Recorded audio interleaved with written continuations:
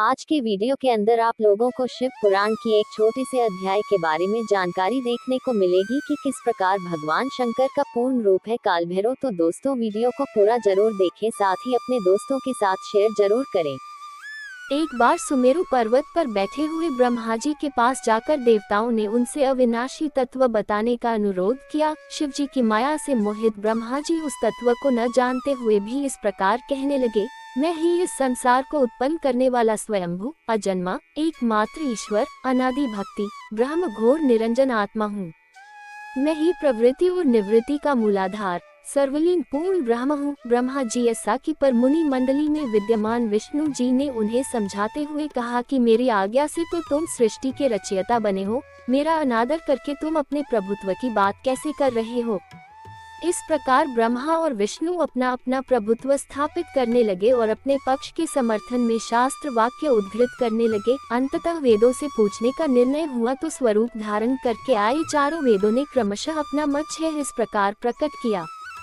ऋग्वेद जिसके भीतर समस्त भूत निहित हैं तथा जिससे सब कुछ प्रवत होता है और जिसे परमात्मा कहा जाता है, वह एक रुद्र रूपी है।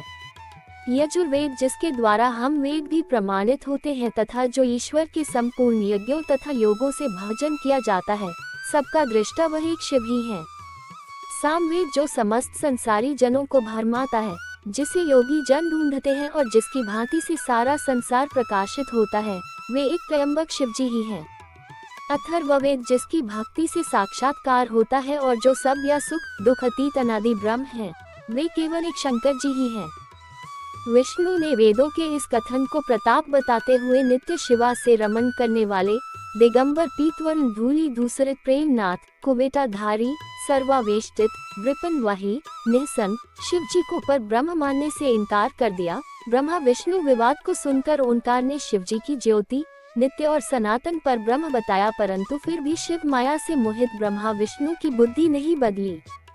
उस समय उन दोनों के मध्य आदि अंत रहित एक ऐसी विशाल ज्योति प्रकट हुई कि उससे ब्रह्मा का पंचम सिर जलने लगा। इतने में त्रिशूलधारी नील लोहित शिव वहां प्रकट हुए तो अज्ञानतावश ब्रह्मा उन्हें अपना पुत्र समझकर अपनी शरण में आने को कहने लगे।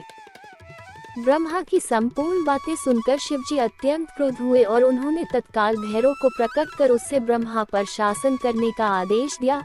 आज्ञा का पालन करते हुए भैरव ने अपनी बाईं उंगली के नखाग्र से ब्रह्मा जी का पंचम सिर काट डाला। भयभीत ब्रह्मा शतरुद्री का पाठ करते हुए शिव जी के शरण हुए। ब्रह्मा और विष्णु दोनों को सत्य की प्रतीति हो गई और वे दोनों शिव जी की महिमा का गान करने लगे। ये देखकर शिव जी शांत हुए और उन दोनों को अभयदान दिया।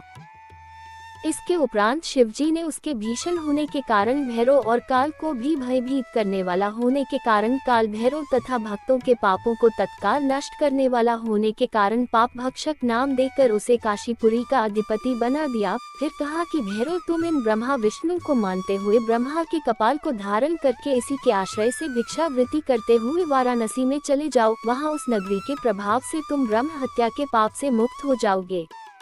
शिव जी की आज्ञा से भैरव जी हाथ में कपाल लेकर ज्यों ही काशी की ओर चले, ब्रह्म हत्या उनके पीछे पीछे हो चली। विष्णु जी ने उनकी स्तुति करते हुए उनसे अपने को उनकी माया से मोहित न होने का वरदान मांगा।